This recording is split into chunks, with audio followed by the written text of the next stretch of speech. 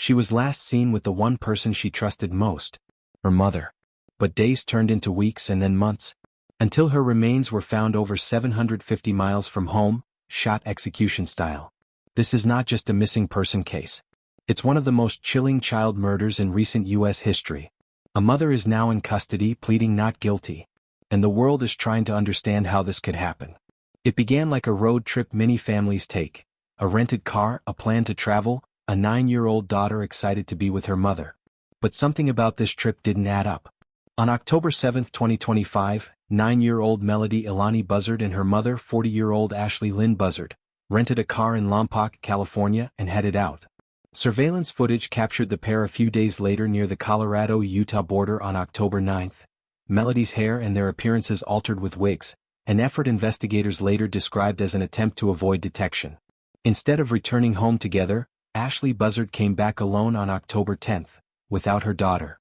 By October 14, school officials became alarmed when Melodee failed to attend classes. A prolonged absence triggered a report that snowballed into a full-blown missing person investigation. Deputies responded to the Buzzard residence, but Ashley provided no credible explanation for Melodee's absence, leaving investigators frustrated and worried. Over the ensuing days and weeks, detectives pieced together a troubling trail. A multi-state trip that spanned at least 6 states, including California, Nevada, Arizona, Utah, Wyoming, and Nebraska, before looping back through Kansas and Colorado. Multiple attempts to alter surveillance detection, including changing license plates and using disguises on both mother and daughter throughout the trip. As law enforcement followed the digital breadcrumbs, Melodee's trail grew cold, leading to one of the most extensive interagency searches in recent memory. A breakthrough came on December 6, 2025, more than 2 months after Melodee was last seen. A couple taking photographs off Utah's remote state Route 24 near Kyneville stumbled across human remains in a rural area. Law enforcement identified the remains as those of a young female, later confirmed by FBI DNA analysis to be Melodee Buzzard. Evidence suggested the child had died from gunshot wounds to the head, pointing to a violent and premeditated killing rather than an accident or disappearance. Just days later, on December 23, 2025, Ashley Lynn Buzzard was arrested and charged with first-degree murder in her daughter's death, held without bail at the Santa Barbara County Northern Branch Jail. Authorities said cartridge cases found at the Utah scene matched those recovered from Buzzard's home and rental car, tying her directly to the killing of her child. Santa Barbara County Sheriff Bill Brown described the crime as extraordinarily tragic, cold-blooded, and calculated, stressing how rare and incomprehensible maternal filicide is. A grieving family member, Melodee's aunt, told reporters it was unbelievable just to know that a mother could do this to their child. Melodee's father died in a motorcycle crash when she was an infant, making the loss even more profound for her remaining relatives. This case immediately gripped the nation, not only because of its brutality, but because the person accused of the crime is the very one who should have protected Melodee. The GPS didn't lie. The cameras didn't blink. And the receipts kept piling up. This wasn't a mother searching for safety. It was a trail being erased mile by mile. On October 7th, a rental agreement was signed in Lompoc, California. A compact car. A return date. A routine transaction. To the clerk it looked ordinary. To investigators, it became the first timestamp in a crime that would stretch across the American West. Ashley Buzzard and her daughter Melodee drove off together. Only one would come back. Within hours, license plate readers clocked the car heading east. California faded behind them. Nevada came and went. No emergency calls. No hotel reservations tied to Melodee's name.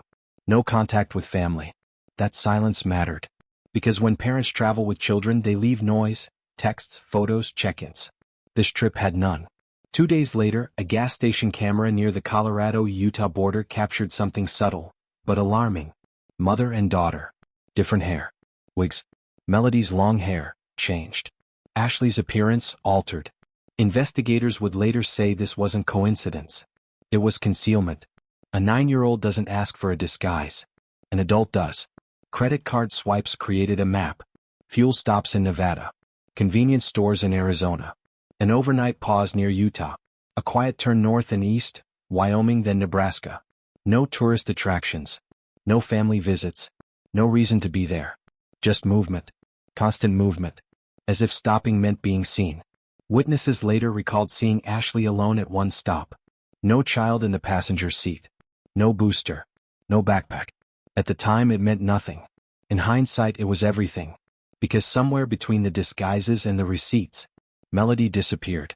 On October 10th, the rental car crossed back into California. Ashley returned it alone. No questions asked. No report filed. No explanation volunteered.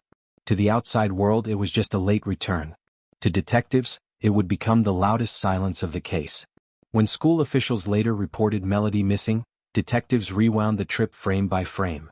They saw a route that avoided major cities. Stops that didn't line up with rest or food. A child who vanished without a single verified sighting after the border. And one chilling conclusion began to form. This trip wasn't spontaneous. It was planned. By the end of the timeline review, investigators weren't asking where did Melodee go? They were asking, when did she die? Because nothing after Utah showed proof of life. No camera. No voice. No shadow. Just a mother driving east. And coming home alone. Welcome to Coziness Stories. If you enjoy calm, immersive stories like this, take a moment to subscribe and make yourself at home. Melodee didn't vanish in the desert. She vanished on paper.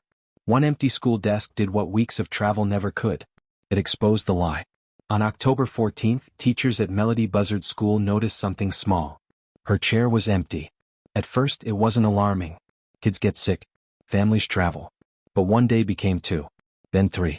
No voicemail. No email. No explanation from her mother. School policy required action. And that action changed everything. Deputies arrived at the Buzzard home expecting a routine conversation. What they encountered instead was evasive. Ashley Buzzard said Melodee was safe. She said they had been traveling. She said her daughter would return soon. But when deputies asked a simple follow-up, where is she right now? There was no answer. Over the next several days, Ashley offered variations. Melodee was with friends. Melodee was staying elsewhere. Melodee was fine. None of it came with names, addresses, or proof. And in missing child cases, consistency matters. This wasn't confusion. It was avoidance.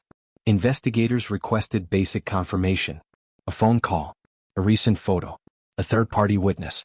Ashley couldn't provide any. That's when the case officially shifted. From welfare check to missing child. Amber Alert criteria were evaluated. But the problem was timing. Melodee had last been seen days earlier, possibly weeks. The trail was already cold. And the person with the answers wasn't cooperating. While Ashley stayed silent, technology didn't. Cell phone pings showed long stretches with no activity near Melodee's known contacts. Surveillance footage confirmed only one person returning from the road trip. And the rental car records told the same story again and again. One adult. One driver. No child. Law enforcement issued a missing child alert. Melodee's photo spread across screens. Strangers searched. Volunteers organized. But the person at the center of the storm stayed quiet. Detectives later said something about this case stood out immediately. Most parents are frantic. They beg. They demand action. Ashley Buzzard didn't. She avoided interviews. Declined media appeals. Offered no public plea for help. In missing child cases, that silence screams. By the end of the week, investigators were no longer asking Ashley for help.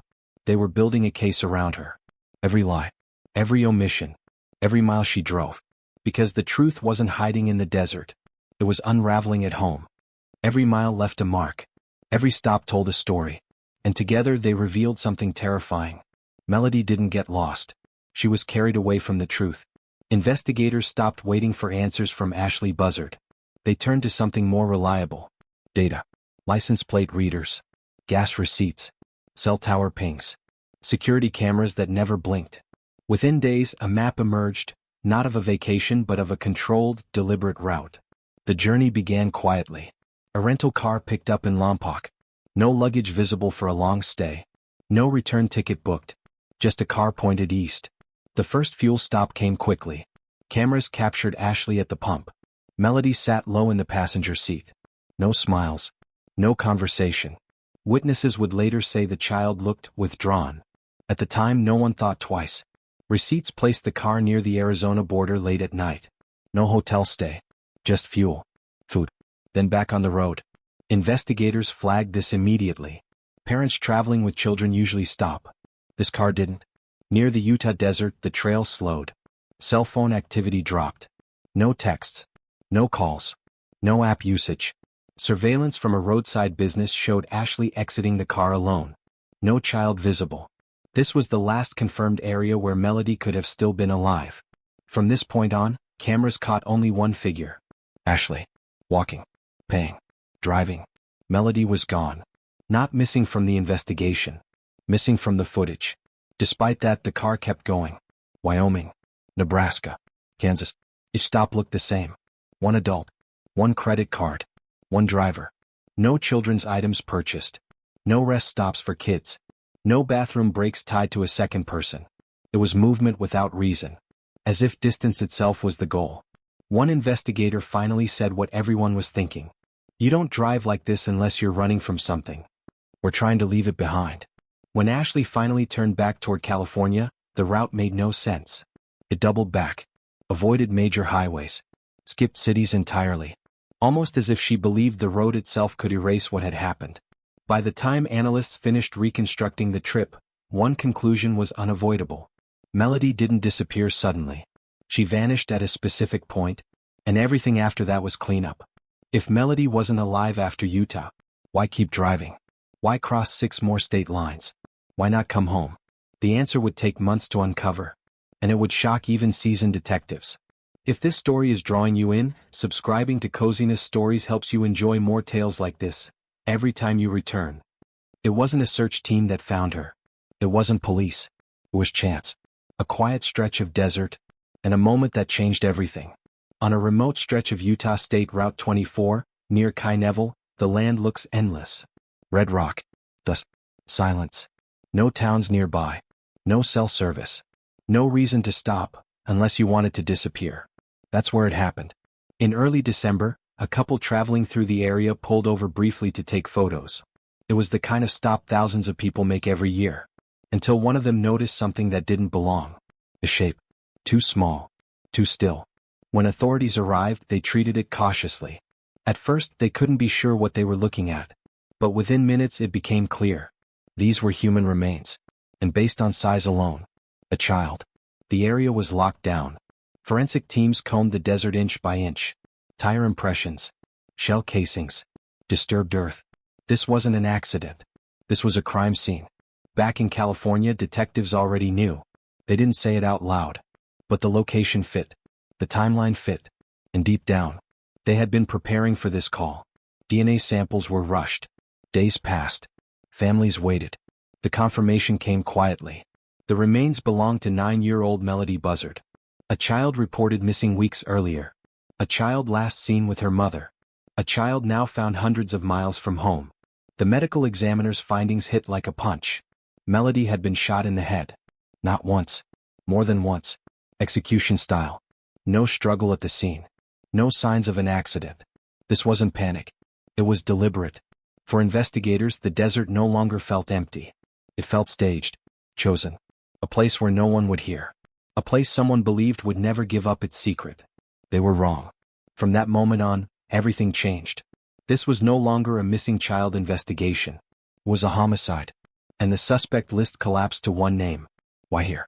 Why this place? Why this method? The answers were coming. And they would point directly back. To the person Melodee trusted most. The desert gave them her body. Science gave them the truth. And the evidence did something Ashley Buzzard never expected. It followed her home. Finding Melodee was devastating. But for investigators it was also a turning point. Because bodies don't just tell you what happened. They tell you how. And sometimes. Oh. Near where Melodee's remains were found, forensic teams recovered spent shell casings. They weren't random. They were preserved by the dry desert air. And they were traceable. Ballistics experts logged every detail. Caliber. Manufacturer. Firing pin marks.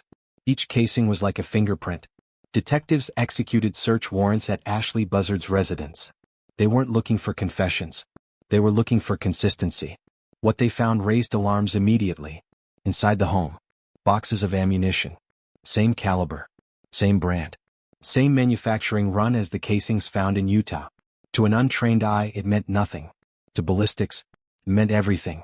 The rental vehicle Ashley had used was already back in circulation. But forensic technicians tracked it down. They swabbed door handles. Floor mats. The trunk. Inside, they found microscopic traces consistent with gunshot residue. Not enough to see. Enough to prove proximity. Investigators pulled Ashley's phone records. They didn't just look at calls. They looked at behavior. Long periods with no activity near Utah. Deleted location data. GPS disabled at critical times. But one thing stood out. Her phone went dark around the exact window Melodee is believed to have been killed. Then it came back online. Moving. One thing was missing. The gun. No firearm was recovered. But prosecutors didn't panic. In modern cases, the absence of a weapon isn't a weakness. It's an expectation. People who plan don't keep evidence. When detectives laid everything out, the road trip, the disguises, the silence, the shell casings, the ammunition, the digital gaps, there was no longer room for coincidence. The timeline collapsed into one conclusion. Melodee died during that trip. And Ashley was the only adult with her. By mid-December, the case file was thick. Too thick to ignore. Prosecutors didn't need motive yet. They had something stronger. Opportunity. Means. Evidence. And a child who could no longer speak for herself. The arrest warrant was signed quietly. No cameras. No spectacle. Just a judge reviewing facts. And agreeing that probable cause was overwhelming. While she continued living her life. Detectives were already coordinating across states. Utah. California. Federal agencies. Because when a crime crosses borders, so does justice. Ashley Buzzard was about to learn something no disguise, no road trip, and no silence could stop. Evidence doesn't forget. And it always finds its way home. She didn't run. She didn't scream. She didn't ask where her daughter was. When police put the cuffs on, Ashley Buzzard already knew why they were there. It happened quietly. No sirens. No neighbors gathering outside. No dramatic chase. Investigators approached Ashley Buzzard with a warrant that had taken weeks to build, and years of her daughter's life to justify. When officers identified themselves, she didn't appear confused. She didn't ask questions. She listened. That alone unsettled them. Ashley was arrested without incident. Her hands were placed behind her back. Metal clicked shut. A mother was now a suspect in the murder of her own child. She was transported to the Santa Barbara County Northern Branch Jail, where she would be held without bail. The charge, first-degree murder. Within hours, the story broke. Headlines spread fast. Mother arrested in death of missing 9-year-old. The nation reacted with disbelief. Because crimes against children horrify. But crimes by parents, they rupture something deeper. Ashley's first appearance was brief. She wore jail-issued clothing. Her expression was flat. No visible tears. No visible anger. When asked to enter a plea, she said 2 words. Not guilty. The room went silent. Relatives sat behind prosecutors. Some cried. Some stared forward, unmoving. One family member whispered, "I don't recognize her." Another said, "Melodee deserved better than this." After the arrest, detectives reviewed Ashley's behavior again. What stood out wasn't panic. It wasn't grief. It was preparation. She had avoided cameras. Avoided interviews. Avoided pleading for help. And now, she avoided emotion. In court filings, the prosecution outlined what they intended to prove.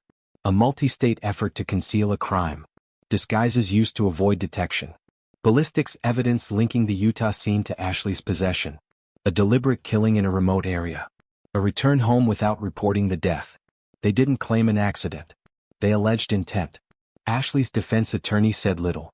But the strategy was clear. Challenge the timeline. Challenge the evidence. Delay the inevitable. Because motive remained unclear. And motive they believed could plant doubt. Why take her on that trip? Why drive across states? Why choose the desert? Why come back alone? Investigators had theories. But answers were still coming. With the arrest complete, the investigation didn't slow. It intensified. More warrants. More digital analysis. More scrutiny into Ashley's past. Because prosecutors knew something the public didn't yet. This wasn't impulsive. And it wasn't sudden. As Ashley sat in a jail cell, the story of Melodee Buzzard was finally being told. And the next chapter would reveal something even more disturbing. What may have led a mother to cross every line imaginable. You're listening to Coziness Stories. Subscribe now so you don't miss the next story waiting for you. Investigators weren't asking if Ashley Buzzard killed her daughter anymore. They were asking why. And the answer they were circling was darker than anyone expected. In court, Evidence can place someone at a scene. Timelines can track movement. Ballistics can tell a story of violence. But motive explains intent. And intent is what separates tragedy from murder. Prosecutors knew that if they could explain why Melodee died, the case would become nearly impossible to defend. Investigators brought in behavioral analysts. They looked at patterns, not emotions. What they noticed first: no public pleas for help. No frantic search effort. No visible panic after Melodee vanished. No urgency consistent with a missing child. Instead, they saw control. Calculated movements. Deliberate silence. Strategic distance. That concerned them. Friends and acquaintances were interviewed again. This time, investigators asked different questions. Was Ashley overwhelmed? Was she isolating? Had she expressed resentment, fear, or desperation? Several witnesses described Ashley as withdrawn in the months leading up to Melodee's disappearance.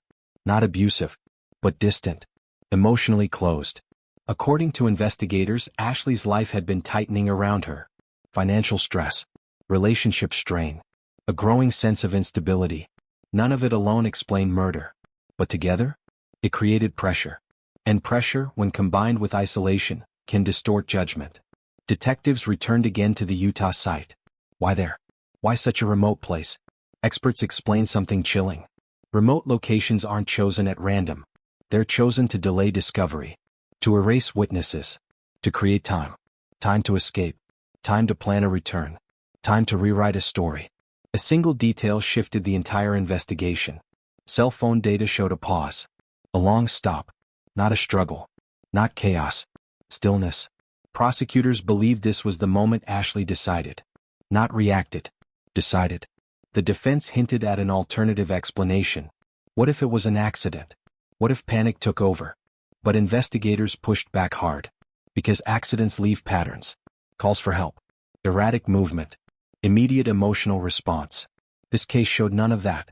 After Melodee's death, Ashley didn't seek medical help. Didn't flag down assistance. Didn't contact authorities. She drove. She returned. She resumed life. That silence was louder than any confession. Behind closed doors, prosecutors shared their working theory. This wasn't rage. This wasn't sudden loss of control. This was detachment. A decision made quietly. Carried out deliberately. Hidden methodically. And that terrified them. As this information emerged, public sympathy shifted. Online discussions changed tone. From "what happened" to "how could she?" The image of a grieving mother began to fracture. Even seasoned detectives admitted this case was hard to process. Because the motive they feared wasn't dramatic. It wasn't explosive. It was colder. And those cases, those are the hardest to stop. With motive forming, prosecutors prepared their next move. They would begin laying the story out piece by piece. In public. In court. Where Ashley Buzzard would have to sit and listen. Prosecutors didn't need a confession. They didn't need a witness. They had something far more dangerous to the defense. Evidence that refused to line up with innocence. Up until now, the courtroom had been living in possibilities. Could this have been an accident? Could panic explain her behavior? Could grief look this detached? But Chapter 9 was different. This was where prosecutors stopped asking questions and started showing answers. Investigators laid out a minute-by-minute reconstruction. Not guesses. Not assumptions. Data. Cell tower pings. GPS movement. Surveillance cameras. Transaction timestamps. Together, they created a timeline that was too orderly to be accidental. No frantic detours. No emergency stops. No calls for help. Just forward motion. The most damaging moment was a single gap. A stretch of time where Ashley's phone remained stationary in a remote area. No signal movement. No outgoing calls. No texts. Experts testified this was not typical of panic behavior. Panic moves. This didn't. The defense tried to argue coincidence. But prosecutors asked a simple question. Why that exact location? It wasn't near food. It wasn't near rest stops. It wasn't on a logical travel route. It was isolated. Chosen. No defensive injuries on Ashley. No signs of a struggle. That detail mattered. Because accidental deaths, especially involving children, almost always leave evidence of chaos. Scratches. Bruises. Erratic movement. This case showed control. Perhaps the most emotionally jarring revelation. There was no documented attempt to search for Melodee. No frantic calls. No alerts to authorities. No desperate outreach. Prosecutors didn't dramatize it. They simply let the absence speak. Small inconsistencies began stacking up. Not dramatic lies, subtle ones. Times that didn't match phone records. Statements that conflicted with GPS data. Explanations that changed slightly each telling. Individually they could be brushed off. Together? They formed a pattern. Defense attorneys tried to slow the momentum. They questioned data interpretation. They challenged expert conclusions. They suggested emotional distortion. But they couldn't erase the timeline. And they couldn't explain the silence. Observers noted it. The energy changed. Jurors stopped leaning back. Notebooks filled faster. Eyes stayed locked forward. This wasn't speculation anymore. This was structure. Throughout it all, Ashley Buzzard sat quietly. No outbursts. No visible breakdown. No emotional collapse. Some saw strength. Others saw something colder. By the end of Chapter 9, the state was confident. They didn't just have a theory. They had a story that fit. And once a jury sees a story that fits, everything else becomes noise. The next phase would be the hardest. Because now the case would stop talking about Ashley and start focusing on Melodee, who she was, what she lost, and what the state believes happened in her final moments. Stories feel better when shared. Subscribe to Coziness Stories and join a space made for quiet moments and deep stories. Prosecutors warned the jury before they began. This would be difficult to hear. Because this chapter wasn't about evidence anymore. It was about a 9-year-old girl's last known hours alive. Until now, the trial had revolved around actions, timelines, and data. Chapter 10 changed that. The courtroom stopped talking about what went wrong and started talking about who was lost. Melodee Buzzard. Prosecutors didn't rush this part. They wanted the jury to see Melodee as more than a name in a case file. She loved drawing. She laughed easily. She trusted deeply. Friends described her as gentle, the kind of child who followed rules because she believed adults would protect her. That trust became the quiet undertone of everything that followed. The final verified moment Melodee was seen alive came earlier than many expected. Not dramatic. Not chaotic. Just ordinary. That's what made it unbearable. Because nothing in that moment suggested it would be the last. Investigators reconstructed the drive. Melodee's phone activity, limited, then gone. No outgoing messages. No signs of distress. Experts explained that children often go quiet when something feels wrong but confusing. Not fear yet. Confusion. This was emphasized carefully. Melodee had access to a phone. She knew how to use it. But no emergency call was placed. Prosecutors didn't speculate. They let the implication linger. The jury was shown the area where the timeline froze, the same isolated location discussed in Chapter 9. Prosecutors didn't describe what happened there. They didn't need to. They described what didn't happen afterward. Melodee never left. A child behavior specialist took the stand. They explained that children rarely wander off alone in unfamiliar areas without prompting or direction. And when they're scared, they seek help. They make noise. They run toward safety. None of that occurred. The prosecution played a short audio clip. It wasn't graphic. It wasn't emotional. It was empty. The sound of wind captured during the phone's last active recording. No voices. No movement. Just silence. Several jurors wiped their eyes. The defense did not cross-examine this witness aggressively. They asked few questions. Because there was nothing to argue. You can't dispute silence. Prosecutors never described Melodee's death. They didn't need to. They let the absence of rescue, the absence of movement, and the demonstrated control do the talking. This wasn't chaos. This was finality. The courtroom sat in heavy quiet. Melodee's final hours weren't loud. They weren't cinematic. They were lonely. And that reality hit harder than any accusation. From this point forward, the trial could no longer be framed as confusion, panic, or tragic misunderstanding. A child didn't simply disappear. A child stopped being protected. The prosecution was nearly done. Only one thing remained. To answer the question every juror was now silently asking. If this wasn't an accident, then why? The prosecution didn't rush this part. Because motive is where juries decide who to believe. Not with facts, but with human nature. By Chapter 11, the jury already understood what happened. Melodee didn't vanish.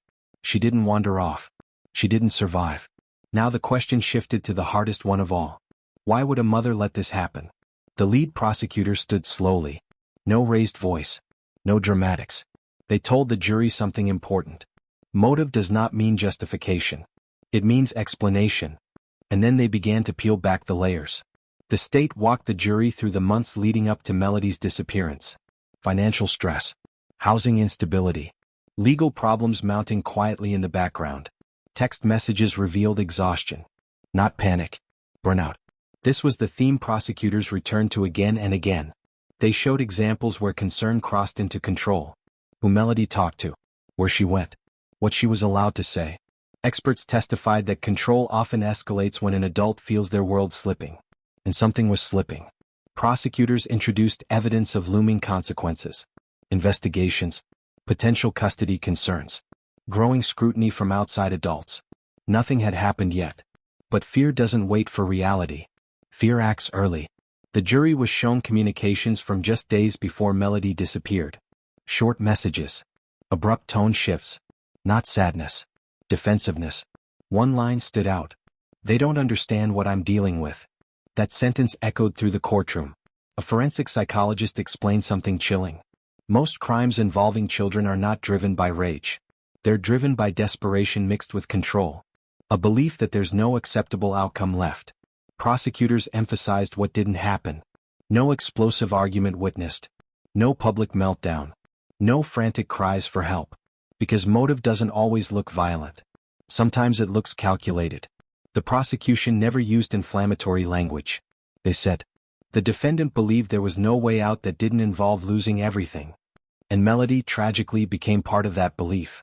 The defense objected to implication. They argued stress does not equal guilt. They reminded the jury. Many parents struggle. Most don't commit crimes. And that was true. But the prosecution wasn't talking about most parents. They were talking about this one. Because motive made the case human. Uncomfortable. Relatable in small ways. And terrifying in where it led. Some jurors leaned back. Others stared at the table. No one took notes. They didn't need to. This chapter wasn't about memory. It was about judgment. The defense would speak again. Then the jury would decide. And Melodee's story would no longer belong to the courtroom. It would belong to history. The courtroom stood before the verdict was read. No phones. No whispers. Just 12 jurors holding the weight of a child's life in their hands. The jury filed in slowly. No one made eye contact. They had spent days, hours, arguing over timelines, intent, and silence. Now there were no more questions to ask. Only one answer to give. The defendant sat still. No tears. No shaking hands. Just a fixed stare forward, as if bracing for impact.